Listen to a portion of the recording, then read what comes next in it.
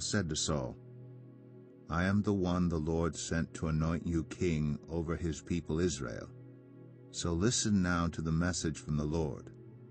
This is what the Lord Almighty says. I will punish the Amalekites for what they did to Israel when they waylaid them as they came up from Egypt. Now go, attack the Amalekites, and totally destroy all that belongs to them. Do not spare them. Put to death men and women, children and infants, cattle and sheep, camels and donkeys. So Saul summoned the men and mustered them at Telaim, 200,000 foot soldiers and 10,000 from Judah. Saul went to the city of Amalek and set an ambush in the ravine. Then he said to the Kenites, Go away, leave the Amalekites, so that I do not destroy you along with them. For you showed kindness to all the Israelites when they came up out of Egypt. So the Kenites moved away from the Amalekites. Then Saul attacked the Amalekites all the way from Havilah to Shur, near the eastern border of Egypt. He took Agag, king of the Amalekites, alive, and all his people he totally destroyed with the sword. But Saul and the army spared Agag, and the best of the sheep and cattle, the fat calves and lambs, everything that was good. These they were unwilling to destroy completely, but everything that was despised and weak they totally destroyed. Then the word of the Lord came to Samuel. I regret that I have made Saul king, because he has turned away from me and has not carried out my instructions. Samuel was angry, and he cried out to the Lord all that night. Early in the morning Samuel got up and went to meet Saul, but he was told, Saul has gone to Carmel. There he has set up a monument in his own honor and has turned and gone on down to Gilgal. When Samuel reached him, Saul said, The Lord bless you. I have carried out the Lord's instructions. But Samuel said, What then is this bleating of sheep in my ears? What is this lowing of cattle that I hear? Saul answered, The soldiers brought them from the Amalekites. They spared the best of the sheep and cattle to sacrifice to the Lord your God, but we totally destroyed the rest. Enough, Samuel said to Saul. Let me tell you what the Lord said to me last night. Tell me, Saul replied.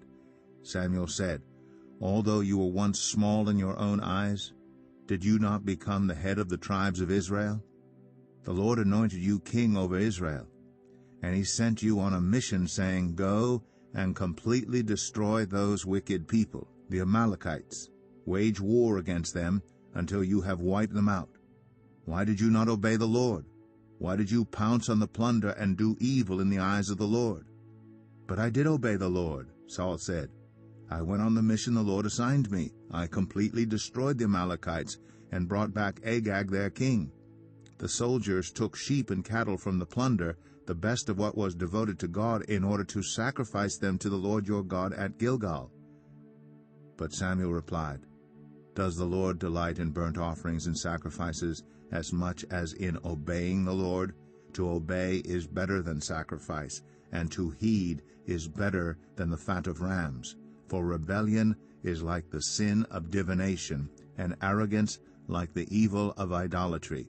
Because you have rejected the word of the Lord, he has rejected you as king. Then Saul said to Samuel, I have sinned. I violated the Lord's command and your instructions. I was afraid of the men, and so I gave in to them. Now I beg you, forgive my sin and come back with me so that I may worship the Lord. But Samuel said to him, I will not go back with you.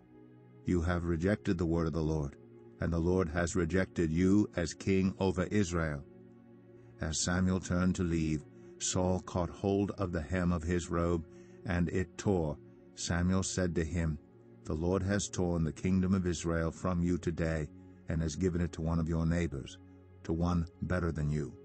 He who is the glory of Israel does not lie or change his mind, for he is not a human being, that he should change his mind. Saul replied, I have sinned. But please honor me before the elders of my people and before Israel. Come back with me, so that I may worship the Lord your God. So Samuel went back with Saul, and Saul worshipped the Lord. Then Samuel said, Bring me Agag, king of the Amalekites. Agag came to him in chains, and he thought, Surely the bitterness of death is past.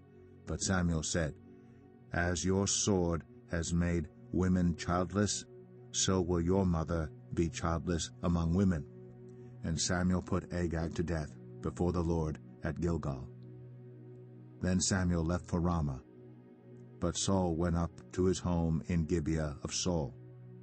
Until the day Samuel died, he did not go to see Saul again, though Samuel mourned for him, and the Lord regretted that he had made Saul king over Israel. 1